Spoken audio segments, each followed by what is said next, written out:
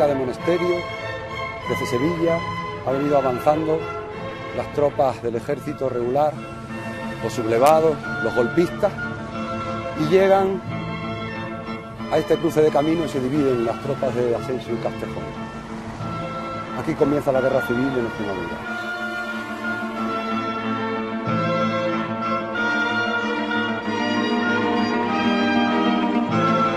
Yo vengo de un tiempo de cerezas, de la espiga, del viento y de la hoz, mapa que retiene la memoria como fotografía en blanco y negro.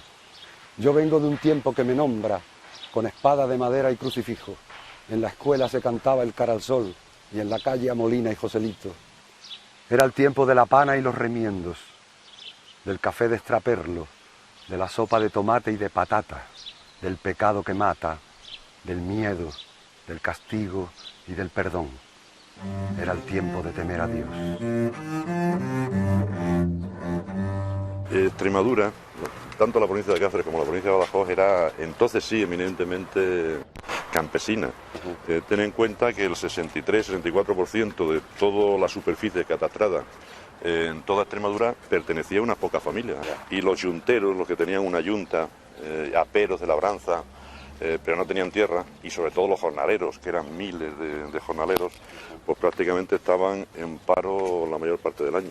Porque era la época del rey, de Alfonso XIII, y los ricos iban cada vez más en opulencia, pero nosotros los pobres íbamos cada vez peor.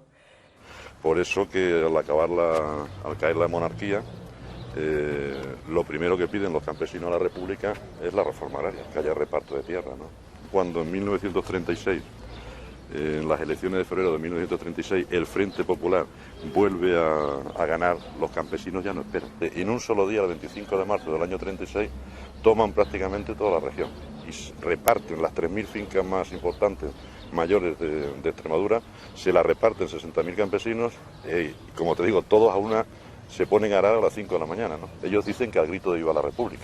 No sé si gritaron Viva la República en ese momento, pero lo que sí hicieron fue la revolución agraria. Más que una reforma agraria, fue una revolución agraria. La revolución agraria se hace solamente en Extremadura. Y entonces decían que había que darle un escarmiento a todos los revolucionarios e incluso a sus descendientes.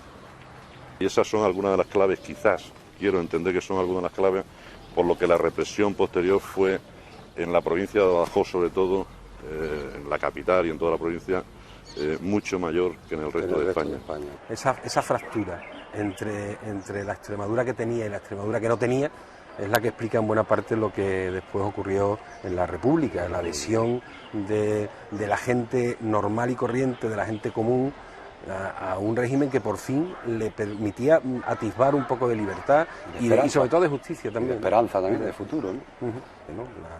Había una clase media progresista que apoyó mucho la República. La mayor parte del tiempo en Zafra hay un ayuntamiento socialista, gobernado por José González Barrero, presidido por José González Barrero. Entonces, en Zafra se había vivido la República, bueno, pues también con mucha pasión, ¿no? Cuando llega el año 36, en febrero del 36, las elecciones ganan las derechas en este pueblo. A poca diferencia de la izquierda, pero ganan las derechas. Era un pueblo, por tanto, que mantenía, no era el típico pueblo extremeño en ese sentido. A partir del 7 de agosto comienza a aplicarse una mecánica que después se tuvo a lo largo de toda la subida de las columnas hacia Mérida, en Badajoz, e incluso hasta llegar a Toledo, ¿no? Las columnas africanas. 3 cañonazos para un poco intimidar y que la gente se supiera a qué se atenía. Se controla la estación de ferrocarril, las tropas pasan por la calle Sevilla, que está paralela a donde estamos ahora, llegan al ayuntamiento, en el mismo tiempo que liberan a los presos de derecha, prácticamente los nombran los nuevos gobernantes, y Castejón, estamos hablando de las 8 de la mañana del día 7 de agosto, toma posesión del despacho de la alcaldía y empieza a tomar las primeras decisiones. ¿Y esas decisiones cuáles son? Lo primero que le interesa a Castejón es neutralizar a la izquierda. Y aplica un procedimiento que lo recuerdan algunos de los que estuvieron cerca, otros han muerto, pero tuvieron oportunidad de comentarlo, incluso personas de derechas que estaban físicamente allí. Castejón pide que se le presente una lista con el 1% de la población. ¿Cuántos habitantes había en ese momento? En torno a 7.000. Y de esos 7.000 habitantes, bueno, pues salía aproximadamente unas 70 personas, ¿no? Comienza un tira y afloja entre la gente que está allí, porque con independencia de su sintonía ideológica con los sublevados, bueno, pues también había afinidades personales con algunas de las personas que empezaban a aparecer en la lista. Y algunos intentan quitar algún nombre, de hecho lo quita. Cuando los militares ven la dinámica lógica, en cierto modo, de protección que algunos empleaban, pues les empiezan a exigir que sí, que quiten el nombre que quieran, pero que pongan 3.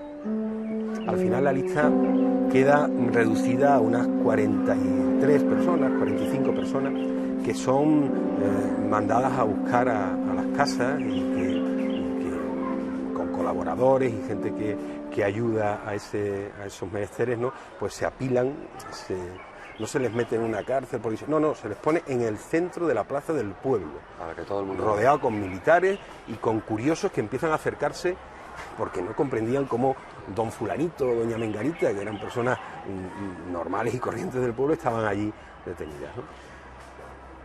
Cuando terminan estas disposiciones, alrededor de las 12 de la mañana, a 1 del mediodía, las tropas salen del pueblo hacia los Santos de Maimona de nuevo, y ese destacamento pequeño, unas 100 personas aproximadamente, unos 100 militares, va detrás, lleva atados, ¿no? Con cuerdas a unos 40 y tantas personas, alrededor de 40, 50 personas. A medida que va saliendo, cada cierto trecho va parando la comitiva, ¿no? Se separan de la cuerda a 8, a 9 personas, se las pone junto a una piedra y se le fusila. No hay ni un solo juicio, claro. De esa forma, Castejón, que se va con las tropas, está diciendo cómo tienen que actuar después. Ese es un procedimiento que ocurre en todos los pueblos, ¿no? Así se le dice a los que quedan cómo tienen que actuar, ¿no?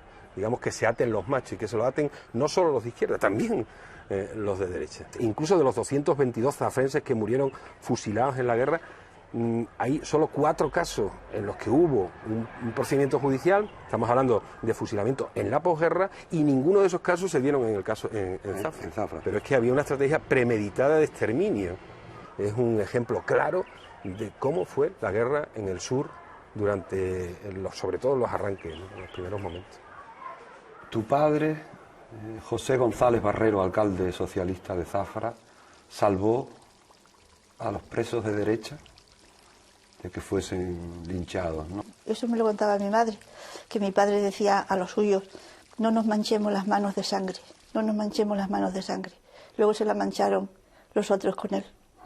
Pero los metió allí en ese convento y no les hizo nada más que allí metido, y salvó a las monjas, a los frailes, porque claro, venían gente, mineros y cosas de por ahí, y los aquí que también venían huyendo saltaban. del sur, Sí, ¿no? y querían cargárselo porque ya habían visto lo que había pasado. Ya venían viendo lo que pasaba. Y entonces mi padre los protegió, dijo que no, que aquí no se hacía nada de eso, pues tenían que pasar por encima de su cadáver. Y con una pistola mi padre, delante de una iglesia que es aquí, convento, se llama el Rosario, se puso, dijo que el que quería pasar tenía que pasar por encima de su cadáver con una pistola. Y eran más de 200, venían de Huelva por ahí. Y yo pienso muchas veces, pobre mío, se podría cargar, que no se iba a matar a nadie, pero se podía haber cargado uno, pero luego se lo habían cargado a él. Y el 6 de agosto, así, cuando entran las tropas, mi padre se va, tiene que salir con varios suyos amigos, con el jefe de policía y varios, y se marchó. Estuvo en varios pueblos, bueno, en el suyo también, en Valencia el Ventoso también fue mi padre, y también metieron en la cárcel a unos cuantos de derecha de allí, y le dio la llave a un sacerdote y le dijo: tenga, don fulano, cuando yo me marche, a las 2 horas de irme, usted le abre y que se vayan a su casa. Y mi padre se fue, y hasta que llegó a Madrid, tuvo toda la guerra en Madrid, y luego volvió, cuando terminó la guerra, aquí a Zafra, pero no lo dejaron llegar. Cuando llegó a Castuera, que allí creo que hacía transbordo el tren, cuando llegó a Castuera fue a casa de un amigo, era falangista, cuando ya Franco ya era falangista. Le había salvado un hijo suyo, y sin embargo a él, de allí se lo llevaron, de su casa, y ya no lo volvimos a ver más. Lo fusilaron allí, lo llevarían al campo de concentración de Castuera. Y allí lo fusilaron, 28 o 29 de abril del año 39. Ya había terminado la guerra.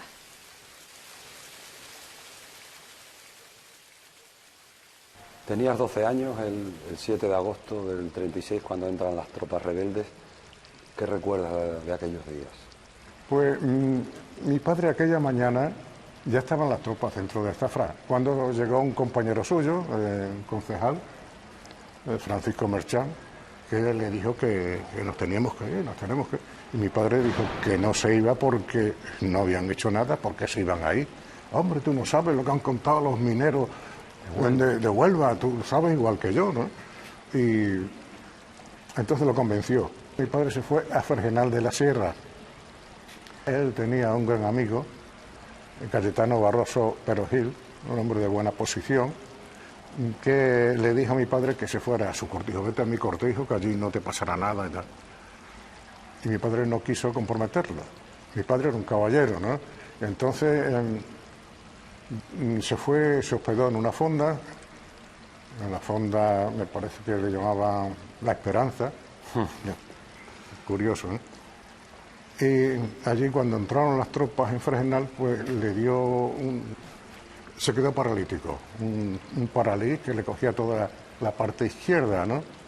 Se lo encontró el dueño de la fonda, se lo encontró caído en el suelo, ¿no? Entonces se lo llevaron, yo creo que era un hospicio, no, debió ser un asilo. Y allí, unas falangistas de Zafra iban y le pinchaban en el brazo. Para ver si sentía. A ver si tenía, sí, a ver si sentía, a ver si reaccionaba. Y nada, no, estaba muy grave. Y un día, el 1 de octubre, se cansaron de él, se lo llevaron al cementerio y le mataron. Así sin más. Sin más. Resulta que cuando salía la columna, camino de la carretera de los Santos de Mona, pues detrás de la columna iba un hombre solitario, ¿no? Y a pesar de que los soldados decían que se fuera, ¿no? El hombre seguía tras de la columna. Esto fue a las afueras de Zafra, ¿no? Y cuando apartaron a 8 o 10 personas para fusilarla, mientras la columna seguía su camino y se preparaba el piquete para fusilarla, este hombre aligeró el paso, se puso al lado de su esposa, se abrazó a ella y dijo, ya pueden, diría, ¿eh? Lo fusilaron juntos. Se trataba de Rafael Torregrosa y su esposa era doña Juana la Maestra. ¿Qué pasó con su padre después del golpe? Mi padre que le fusilaron por no cogerme a mí. ¿Iban a por usted? Porque como iban a por mí y yo me largué, pues se vengarían los hijos de su madre con mi padre. ¿Y usted sale huyendo de Fuente de Cantos y viene para acá? Claro, yo salí huyendo de Fuente de Cantos, me corrí todos estos términos. Y de aquí fuimos a parar a Zaino, a la frontera portuguesa. ¿Y no la dejaron pasar? Y sí me dejaron. Lo que nos enteramos que Salazar nos entregaba por barco a Franco. Y este dice, yo pa' aquí no entro. A mi tierra grulla, aunque sea con una pata.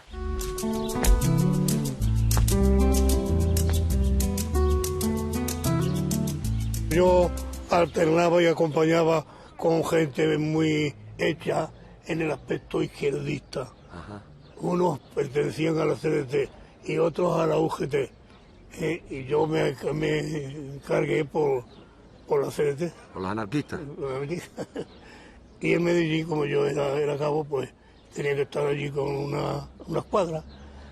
Y en un plan de mucha obediencia, pues todas las notas que cogíamos de noche, las luces que por la carretera de Santa María se veían todas las luces, y las luces mayores las considerábamos como de camiones, entraban en el frente, y las luces más pequeñitas, coches, y todas estas notas las íbamos haciendo, cogiéndolas para las mañanas siguientes, dárselas al teniente que teníamos allí a nuestro servicio. El río Guadiana nos servía de parapeto. Separación, de separación. El río en el medio, nosotros en el castillo y los otros en las posiciones de frente. ¿Y cuántas personas albergaba cada barracón? Pues según las necesidades que tuvieran, pero vamos, entre 80 y 60 personas totalmente hacinadas. ¿No? Bueno, y esto era el perímetro, la zanja perimetral, que comprendía lo que eran los barracones. Aquí estaban las zonas de las letrinas, esta zona de aquí. Aquí hay 2 pozos, el lavadero, que aún se conserva en las ruinas, y la de la higuera. Este es el castillo de la Camonita, en la mina. Está fuera del campo. Pero sí había, igual que el puesto de mando que estaba aquí, pues había dependencias de la custodia, de lo que era la organización del campo.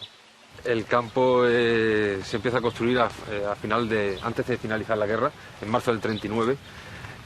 La orden de su construcción es a principios de marzo, y para mediados ya se estaba construyendo con un batallón de trabajadores prisioneros. La extensión son 72.000 metros cuadrados, lo que es el espacio que está comprendido dentro de la zanja perimetral y la alambrada. No era toda esa extensión desde un principio, y fue variando. Hay un vacío documental bastante importante con respecto a la gente que pasó aquí, el número en sí, ¿no? Hay distintos estadillos, pero que no contemplan lo que es la vida útil de este campo, que se desarrolló durante un año, prácticamente desde marzo del 39, como te he dicho, hasta marzo del 40. Pues uno de los mayores referentes de lo que fue la existencia del campo, lo que es la mina de la Camonita, que se llama, donde supuestamente pues arrojaron a republicanos atados con otros, lo que se llama la cuerda india. El grupo de prisioneros que entraba al campo de concentración dejaba de ser personas, las palizas eran continuas. Lo que era el vivir cotidiano, la falta de agua, la falta de comida, los alojamientos que tenían, y luego lo que eran las sacas. Hay muchísimos testimonios, ¿no?, que hablan de las salidas de aquí del campo, sobre todo por la noche, y con una cadencia pues que todavía no está determinada. También el paso del tren.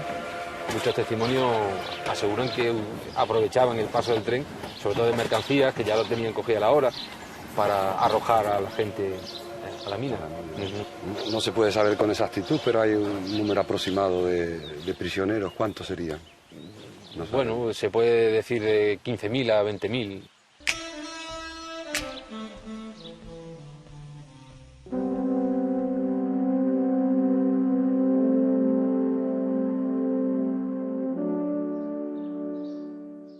¿Por qué aquí esta mezquita al lado del colegio de los jesuitas? Porque, claro, al ser una fuerza que va en cabeza siempre, pues se producían numerosísimas bajas, ¿no? Entonces toda la ruta tienen que ir acompañándola de hospitales donde se internen esta gente, que van cayendo desde Cádiz hasta Madrid, pues imagínate, ¿no? Entonces aquí, claro, encuentran un sitio idóneo. Este centro en esa época era desde el año 32, en que se le quitó a los jesuitas, se estaba utilizando como instituto de segunda enseñanza. Y claro, cuando pasan en el 36 esta gente, ven que es un sitio magnífico para lo que ellos consideran que puede servirles, y se convierte en hospital de sangre. Y fíjate que mueren, todos los moros que mueren, se les crea un cementerio especial que hubo aquí en el pueblo hasta hace poco, y son varios centenares los que cayeron en esos años, ¿no? Es curioso, ¿no?, que la España católica eche mano de los moros para la reconquista de España, ¿no? Bueno, se produce un hecho muy interesante, ¿no? Y es que, llamándose como se llamó desde rápidamente, en cuestión de semanas ya se habla de cruzada, ¿no? Bueno, pues es una cruzada en la que se utiliza como fuerza de choque precisamente a los moros que se traen de África, ¿no? Y bueno, esos son los que se lanzan contra los supuestamente ateos, las masas infieles republicanas, ¿no? Porque el papel de la Iglesia en esos años es clave también, ¿no? Bueno, la Iglesia es un papel fundamental, porque la Iglesia durante la República se había sentido acosada, y entonces, bueno, en el 36, cuando se produce el golpe, la Iglesia se vuelca con ese golpe, y sobre todo, vamos, el papel fundamental que juega la Iglesia es la legitimación que le da al golpe, ¿no? Los militares sin la Iglesia difícilmente hubieran podido mantener ese discurso, ¿no? Y la Iglesia le aporta legitimidad, y además le aporta el discurso de la cruzada. no es una guerra de ocupación ni es una guerra de exterminio. La Iglesia se lo envuelve eso en una ideología, ¿no?, que es la que aporta, y la Iglesia se implica directamente y los curas participan en todo lo que hay que participar, o sea que los curas igual están de capellanes en las columnas estas que pasan por aquí, como los curas confiesan a la gente que están matando a diario, o incluso los curas también directamente participan en la represión, como es el caso del famoso cura de Zafra, que es un cura que se jacta además de que él con su pistola y él personalmente ha acabado con la vida de docenas de rojos, ¿no? Entonces, bueno, pues eso, así hay curas en todos sitios. Solo hay excepciones de curas que se oponen a eso. Existen esas excepciones, pero son casos contados, ¿no? La mayoría de los curas se implican totalmente, personalmente, ellos en la cruzada.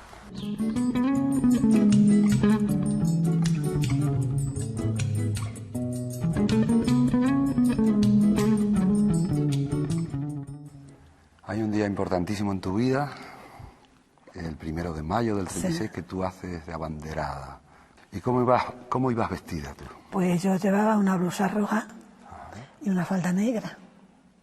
¿Anarquista sí, eras? Yo pues sé lo que era, ¿O simbolizaba? Porque había así un gazpacho. Los comunistas, los socialistas y todo estaba junto. Era una manifestación unitaria. Sí. Tú eras el símbolo de esa unidad. De todo aquello. Llegan las tropas, toman Llerena. Sí, sí. La poca resistencia que hay, se refugia en la iglesia. Sí. Y entonces, bombardean la iglesia y la queman para que salgan. Sí, ¿no? para que salgan, sí. Y matan a todo el que encuentran en ese momento. La plaza era creo, yo no la vi, pero decían que aquello era daba miedo de ver a tantísimas muertes como había en la plaza. Y entonces yo el día 31, me parece que fue, no recuerdo bien, pues iba yo a casa de una vecina y me dice el marido, vete a tu casa corriendo que vienen por ti. Y entonces yo se lo dije a mi padre y dije, vamos, y me saltó por las paredes y me llevó a una casa que estaba mi novio y estaba un amigo de mi novio, y allí estuvimos los tres. Yo estuve 3 días, él estuvo más.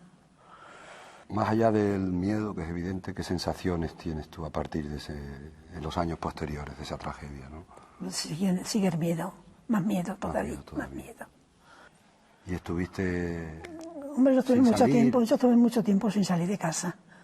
¿Cuánto tiempo estuviste? 2 años, por lo menos, estuve, sí, o cerca de 2 años.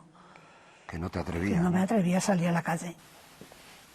Luego cuando ya empecé a salir, había un señor que ya se ha muerto, yo lo tenga en su demonio, donde lo tenga, y me insultaba. ¿Un vecino o una vecina? No, un señor de dinero. Me insultaba, me decía puta roja. Entonces se llevaron a mi madre el día 31, estaba mi madre en casa cuando llegaron las tropas. Y al día siguiente se la llevaron. Vinieron los falangistas a por ella. Y dice, venga usted con nosotros que le vamos a hacer una pregunta. Y no volvió más. Y el día que la mataron, que fue mi abuelo a llevarle el desayuno, le dieron los pendientes. Dice, toma usted, los pendientes de su hija, que su hija ya no está aquí. Pues ya habían matado a mi madre. ¿A dónde fue? ¿En el cementerio? No. ¿En la plaza? No, en el puente Romanza. En el puente. Sí. Estamos aquí cerca de Llerena, estamos Sí, Llerena, a 2 kilómetros. Estamos a 2 kilómetros y estos fusilamientos se producen sobre todo entre el día 2 de septiembre y el 8 de septiembre. Porque Llerena es ocupada por las tropas franquistas que vienen al mando de una columna con Castejón, que ocupan Llerena el día 5 de agosto.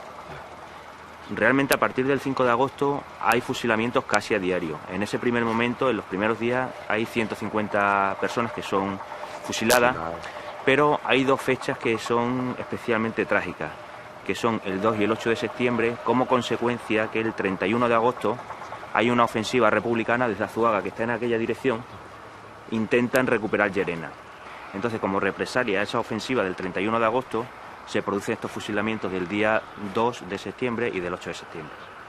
¿Y cuál es la primera noticia que tenéis de la posibilidad de que aquí haya gente enterrada, ¿no? durante todos estos años? Bueno, pues afortunadamente en este caso contábamos con un testimonio directo, un señor que en aquella época era un niño y estaba cuidando ganado por esta zona.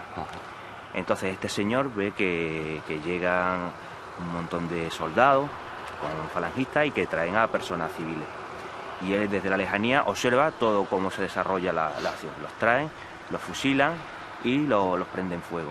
Entonces él eso lo graba en su memoria y cuando llega a casa ese mismo día habla con su padre y cuenta lo que ha visto. Y su padre es el que le dice, pues una de las mujeres que iba ahí es tu madre. Entonces él durante todos estos años pues se quedó con el sitio exacto. De hecho él nos transmitió a través de su sobrino, de Fortu, nos dijo, cuando llegáis al puente del arroyo Romanzal, que es el que tenemos allí, contáis 90 pasos y en el recodo que hace el arroyo, que es este recodo que estamos viendo aquí, en esos 90 pasos empezáis a excavar porque allí van a aparecer. Y efectivamente, vinimos, hicimos unas catas arqueológicas y empezaron a aparecer ya los restos. En esta zona está la arcada dentaria, la mitad de la arcada dentaria, es decir, este sería la muela del juicio, este es el segundo molar. Si ahora nos fijamos, junto a esta mujer, a esta persona, nos aparece algo que es de extraordinario valor para nosotros, para los paleopatólogos, ¿no? Nos aparece un segundo molar de niño. Claro, entonces esta mujer posiblemente tenía un niño, o iba con un niño. Entonces, bueno, tenemos aquí una mujer, digo, entre 27 y 29 años. 29, posiblemente madre, sí, con un hijo, ¿no? Sí, sí. No, esta persona es una persona adulta, como la otra, pero a diferencia de la otra, que puede tener alrededor de 29 años, esta calculamos, el cálculo que hemos hecho María Jesús y yo, es de que tiene aproximadamente 59 años. Si nosotros vemos una pequeña malformación en un hueso del pie, pues nos da mucha información. Si nos dice, pues mire, por ejemplo, mi padre tenía una ampolla en el pie y iba cojeando. Bueno, pues a lo mejor eso le llegó a deformar su hueso del pie. Claro, y a nosotros... eso traía una deformación aquí, en concreto en este hueso, ¿no? Que vendría aquí. ¿eh? Claro, por ejemplo, una deformación en el calcáneo. Pues a nosotros nos da mucha información y a lo mejor sin necesidad de recurrir a técnicas tan costosas, a lo mejor como puede ser ADN, Sí. decir, bueno, pues seguro que este puede ser su padre, porque Sí. es que aquí no hay nadie más que tenga una malformación en un pie o en un hueso.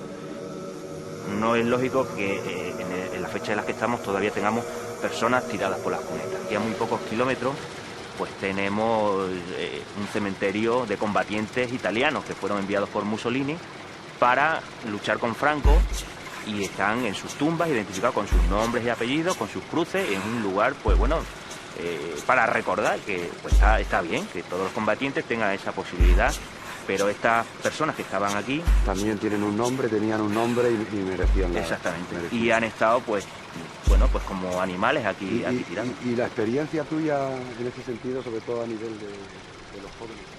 Y yo le conté mi pena, que en los pies míos vi a mi padre morir. Por eso yo canto esta copla, Pachato el olvido.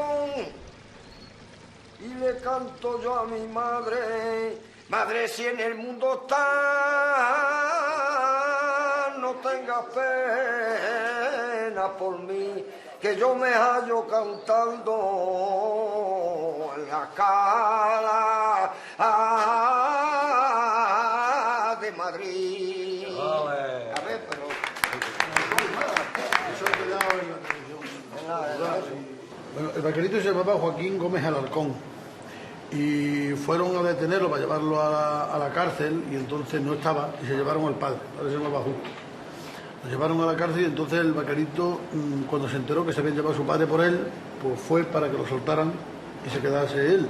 Pero nada, se llevaron a los varios días, se llevaron al vaquerito y a su padre y a varias personas más al cementerio y lo fusilaron. El vaquerito tuvo dos suertes. La primera suerte fue que no le dio ningún impacto del fusilamiento, como iba a amarrar con el padre, cayó al suelo y se hizo el muerto. Entonces cuando le dieron el tiro de gracia tuvo la segunda suerte. Y es que el tiro de gracia le rozó brevemente la sien y no lo mató, lo hirió.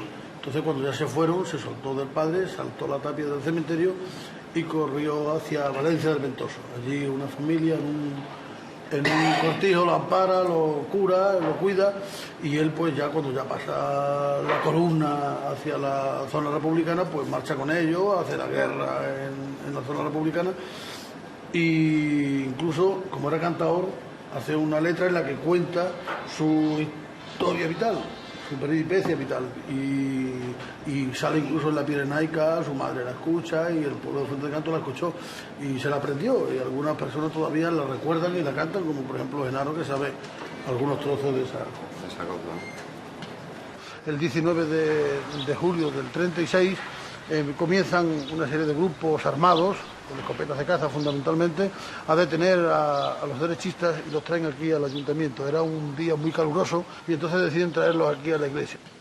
Casi 60 personas, entre ellas algunas mujeres y algunos niños, son detenidos y los entran aquí en la sacristía. Entonces, fuera había un ambiente de violencia y de provocación, había amenazas, algunos grupos pensaban atentar contra la vida de los detenidos. Las autoridades estaban intentando impedirlo. Las autoridades, ayudados por miembros del Comité del Frente Popular y algunos líderes obreros y sindicalistas, estaban intentando que no se produjera ningún tipo de acto violento. Entonces, mientras los estaban entrando por la parte de la iglesia, de la puerta central, la puerta de la epístola, por la puerta del Evangelio entraron gasolina y material inflamable. Y en un momento determinado salió la iglesia ardiendo. Fuera había algunos que, ya digo, estaban en contra de lo que se estaba haciendo y protestaron contra ello, y alguno le hizo algún disparo. Al oírse esos disparos, inmediatamente los que estaban en la plaza, que había muchas personas armadas, pensaron que estaban disparando desde el templo y se pusieron a disparar. Algunos, como vieron que se les disparaba desde aquella puerta, intentaron salir por ahí, y al salir a la calle pues les dispararon y murieron aquí 12 personas. ¿Y cómo termina esto? ¿Cómo sale el resto de la gente que estaba detenida? Alguna gente que conocía en el templo conducen a los detenidos por aquí, por esta puerta. Esa puerta que conduce a la escalera de caracol que lleva a lo que aquí se conoce como la iglesia, la Torre Vieja. Entonces, cuando los de la plaza se cercioran de que están arriba, comienzan a dispararles. Ahí se parapetan y ahí aguantan hasta que por fin las autoridades, y en este caso el jefe de los municipales, Gregorio Lozano Barrientos, consigue establecer contacto con ellos, apaciguan a las masas que estaban en la plaza y ya los sacan de aquí. Fuente de Canto es tomado el 5 de agosto por las tropas de Asensio. A partir de ese momento, este edificio que está aquí, que ahora es la Casa de la Cultura, era la cárcel, comienza a llenarse de gente de izquierda o sospechosa de izquierda. Al día siguiente, el día 6, comienzan los fusilamientos de Fuente de Canto. Los fusilamientos encuentran su fase más virulenta entre agosto y septiembre del 36 y duran hasta diciembre. En ese periodo, desde agosto a diciembre, se fusilan en Fuente de Canto 330 personas aproximadamente. La cifra aún no está cerrada. Los fusilamientos tienen una característica en Fuente de Canto, y es que, teniendo en cuenta que la mayoría de las personas que estaban implicadas en política y que podían ser susceptibles de alguna represión habían huido. Entonces lo que sucede es que detienen y fusilan a personas por su simple relación de amistad o de parentesco. Por lo tanto, mueren muchas personas inocentes. En Fuente de Canto se ha querido siempre decir que la causa de la represión fue como consecuencia de la quema de la iglesia. No es cierto, porque hay pueblos como Zafra o como Llerena donde hay una represión similar y no sucede. La represión franquista obedece a un claro plan de exterminio, y si tenemos en cuenta las órdenes que se dan desde arriba, nos dicen perfectamente que era premeditada y sobre todo por una razón muy sencilla, porque había que paralizar a la población y a través del miedo controlarlas. Matan a mi padre, vamos a comunicar, nos dicen que ya no está allí, y yo lo que recuerdo cuando nos enteramos y nos fuimos para casa es que yo no hacía nada más que llorar y llorar y llorar y llorar y llorar, porque ya no lo volví a ver más. Mi madre fue al cementerio con mi hermano y mi hermano dice que él lo vio en la fosa. Él dice que él lo vio en la fosa. No pudieron retirar el cadáver porque creo que se necesitaba un requisito de firmar que se había muerto de muerte natural o no sé qué. Sí. Bueno, las fosas que además están quemadas porque iban los camiones de la Cansa a quemar a los fusilados. Les rociaban de gasolina. Y finalmente descubriste dónde está enterrado tu padre. Finalmente mi padre está en la fosa número 6. Del cementerio de Badajoz. En el cementerio de Badajoz. Y pone en el archivo del cementerio que fue ejecutado por sentencia militar. O sea, todo contra lo que él luchó, todas las injusticias que él quería que no existieran, todo eso nos cayó encima a nosotros. Claro. Todo lo tuvimos que sufrir. Él tenía mucho afán en que fuéramos útiles a la sociedad, en que fuéramos una persona, que nos formáramos como personas. Y eso nos ha costado mucho trabajo. Mi padre escribió en la cárcel un diario, cuando él sabía que estaba próxima a su final, escribió un diario y unas cartas de despedida. Esos escritos llegaron a manos de mi madre en el forro de unas alpargatas que le hizo un preso. Y mi madre no tenía dónde dejarlo. No teníamos ningún sitio para guardar, ni un cajón, ni sitio para guardar nada. Se hizo una faltriquera y se le ataba la cintura, y en ese morral, que le decían en los pueblos un morral, ahí llevaba siempre los escritos. Claro, muy doblados, se deterioraron pronto, y luego ella, cuando los leía, borrones de las lágrimas que le caían cuando los leía. Que los que dicen que no se hable de esto, que se abren heridas, que se avivan odios y rencores, pues yo digo que no. Por lo menos en mi caso, no. Al contrario. En mi caso, no. Porque yo, cuando pienso que todo lo que hemos pasado, tanto sufrimiento, tanto padecimiento, tantas vidas perdidas, tanta sangre derramada, es todo consecuencia del odio, pienso que el odio no debe de existir, que destruye a las personas y su dignidad. Desde que sale de Sevilla la columna de moros y de legionarios, actúan siempre igual. Es decir, no hacen un solo prisionero, ni Castejón ni Asensio. Después, cuando Yagüe ya en Mérida, en Mendalejo Mérida, se hace cargo de la columna, no hacen prisioneros. Es algo verdaderamente terrible. El día 13 llegan de aquí, de la zona de Mérida, por la carretera nacional, la carretera Madrid-Lisboa, llegan Yagüe, Castejón y Asensio con aproximadamente unos 3.000 legionarios y regulares marroquíes, y el asalto empieza a las 3 de la tarde aproximadamente del día 13. Vinimos aquí a Badajoz a ver si podíamos hacer resistencia cuando entraron las tropas. Y ya no pudimos hacer resistencia porque es que nos tiraban con la aviación, con la bomba, y entrando ya las tropas en Badajoz. Y contra la aviación no tenían nada que hacer los milicianos, los carabineros, los soldados, ¿no? Era muy difícil tomar la ciudad de Badajoz, porque son dos ciudadelas. Son rechazados en 2 ocasiones los regulares marroquíes y los legionarios hasta las 5 o 6 de la mañana, que es cuando realmente la legión entra en la ciudad de Badajoz. Las fuerzas de Castejón entran temprano, entran sin resistencia alguna, y entran temprano, mucho antes que las otras, ¿no? Muchos militares que están dentro, que no son en absoluto republicanos, saben lo que se les viene encima. Automáticamente lo que intentan es congraciarse con los que van a entrar. ¿Qué mejor manera de congraciarse que abrirles la puerta, ¿no? Yagüe sabía que la ciudad de Badajoz estaba tomada.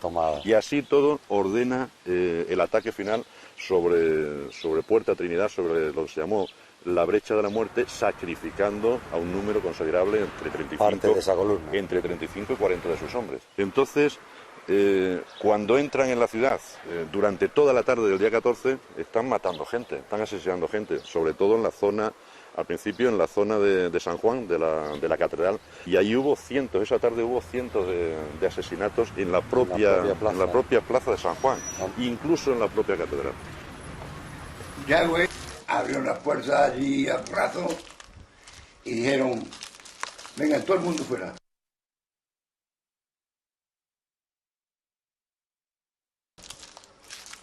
Tiraron de todo eso para allá y nos dejaron aquí a 10 o 12 o 14, no sé. Le dice el cabo del tercio, le pregunta a Yahweh, dice, ¿y con esto qué hacemos? Y Yahweh dice, que se vayan, fuera, que se vayan.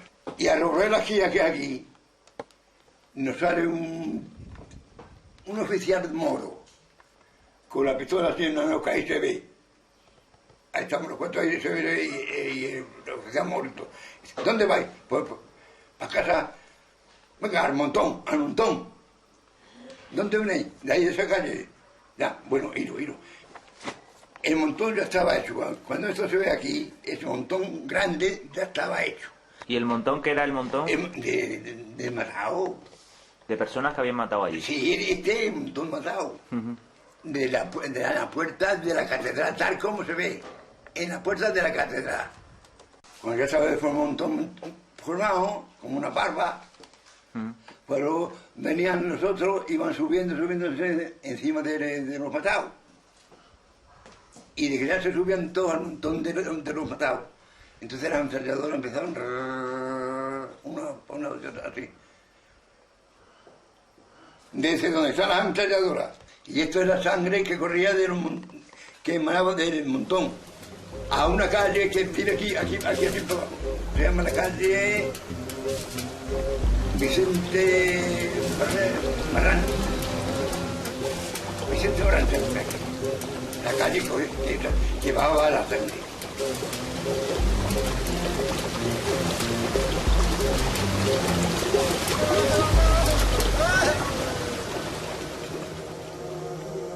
Al principio, Yagüe y los franquistas en general no ocultan que están matando a cientos de personas, a miles de personas, porque eso paraliza al resto de la población. Pero en ese momento, el día 14 cae la ciudad de Badajoz y el día 15 a primeras horas, el día 15 de agosto a primera hora de la mañana, entran desde la frontera, desde la raya de Calla, desde Portugal, entran 3 periodistas que son los que dan a conocer al mundo la noticia de las matanzas de Badajoz. Uno de ellos es Mario Neves y 2 periodistas franceses que vienen con él, Marcel Dany y Jacques Bertel. Ellos son los que dicen al mundo que en la ciudad de Badajoz están siendo masacrados cientos o miles de personas. Bon. Parce qu'il faut vous dire qu'on nous avait accusés qui passaient dans les journaux et sur les écrans des photos soi-disant interdites prises par nous à Badajoz. Le 8 septembre, dans la nuit, on vient me chercher, tu te rappelles? Parfaitement, hein? Et on m'emmena, on m'avait déjà fait des promesses de me fusiller, là on m'emmena en pleine nuit, je ne sais où. C'est après qu'on m'a laissé à la prison, où donc pendant 6 jours je suis resté. El propio Mario Neves, unas horas después de que caiga la ciudad, le pregunta al teniente coronel Yagüe en un despacho del Ayuntamiento de Badajoz, le pregunta que cuánta gente ha muerto. Se habla de 2.000 ya. Ya te digo que es a primeras horas de la mañana del día 15. Se habla de 2.000 fusilados. Y Yagüe le contesta que no deben ser tantos, pero no lo niega.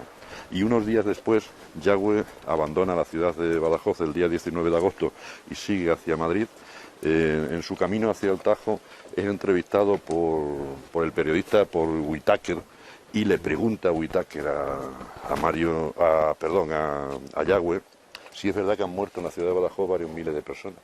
Y Yagüe lo dice claro, muy claro, está publicado en el año 1936 y después le dice, ¿qué quería usted? Que 4.000 rojos que había en la ciudad de Badajoz, 4.000 milicianos que se nos habían opuesto y tal, los dejáramos con vida y Badajoz siguiera siendo rojo otra vez, teniendo que avanzar como vamos contrarreloj hacia Madrid. Es decir, el propio Yagüe reconoce que ha fusilado al menos a 4.000 personas desde el día 14 hasta el día 18-19 de agosto. Luis, cuando tú eras niño en esta ciudad, hay recuerdos en ti, aunque tienes 11 años, hay recuerdos en ti, ¿no? De cómo era la vida. Yo tengo recuerdos, pues probablemente desde los 3 o 4 años, pero sobre todo es el asesinato de mi padre y de su hermano pequeño. Que tu padre se llamaba como tú, Luis, y su hermano Carlos. Y entonces, de todo aquello me acuerdo perfectamente, sobre todo la madrugada del 19 de agosto, en que me despertaron los gritos de las mujeres de casa de que los habían matado aquella mañana. Y durante muchos años, y así lo mantuvo el régimen, pues no éramos las víctimas, no, éramos los que merecíamos aquello y éramos los verdugos. Vamos, exactamente lo contrario de lo que realmente era. Bueno, entendiendo que erais, pertenecíais a la clase privilegiada económicamente, ¿no? Bueno, en el caso de mi padre y de mi tío, pues quizás fuera de todos aquellos 4 o 5 mil que reconocía Yagüe haber mandado a asesinar, era quizás los que tuvieran una posición más elevada. No, claro, sí, porque por ejemplo don Ángel Joven tenía fincas para parar un tren y lo torturaron para sacarle las listas masónicas, por ejemplo. ¿Y aquí donde estamos ahora? Esto era la fosa común donde a los que quisieron o pudieron trajeron y enterraron, porque muchos los quemaron con gasolina. Y justo en la esquina aquella de allí abajo, la más cercana a la ciudad, es donde se hicieron muchos fusilamientos y donde había pilas de cadáveres.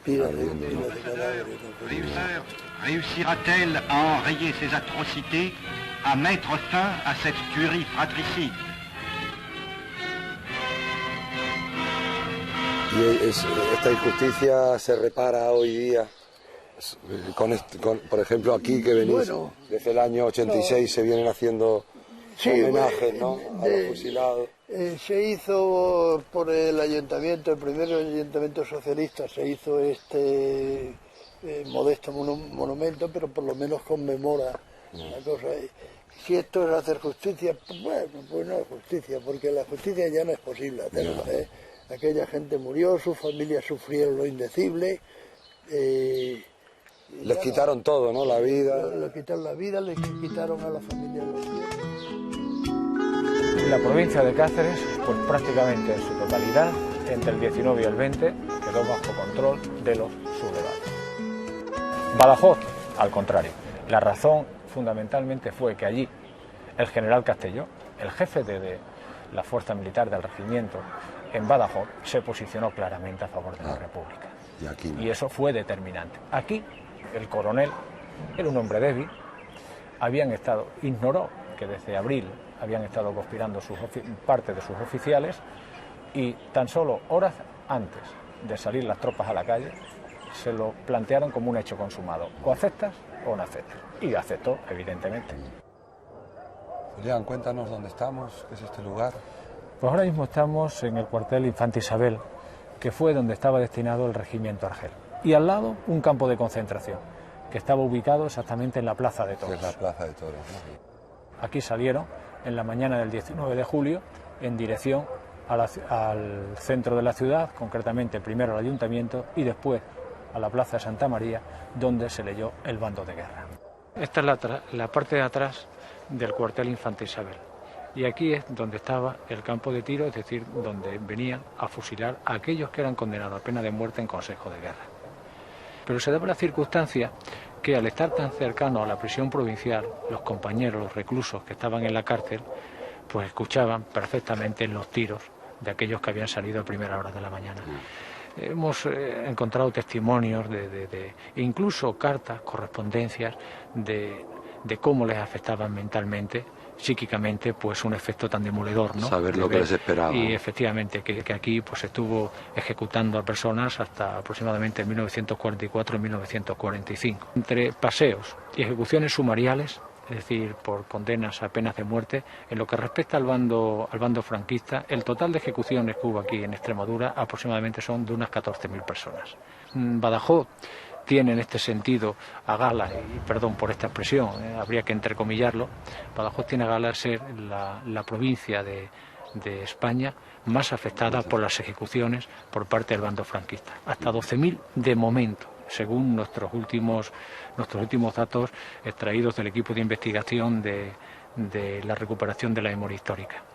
Y después, por otro lado, en lo que respecta a Cáceres, a cifras, pues como digo, se sitúan aproximadamente entre unos 1.500 y 1.600 ejecutados.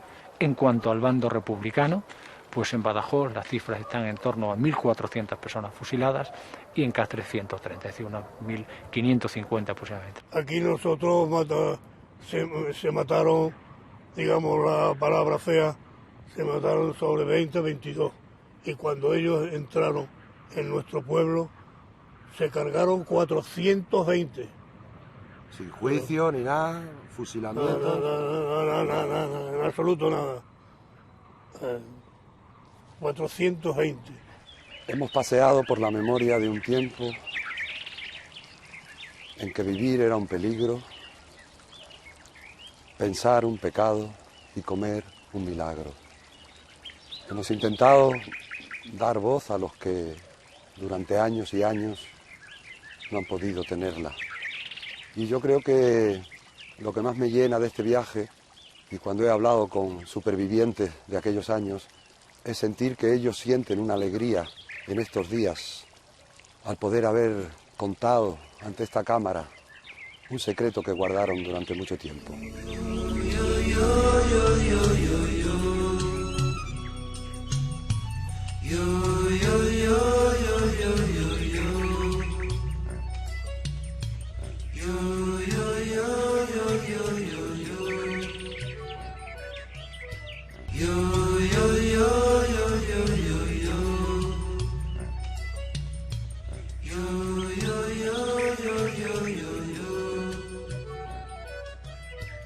You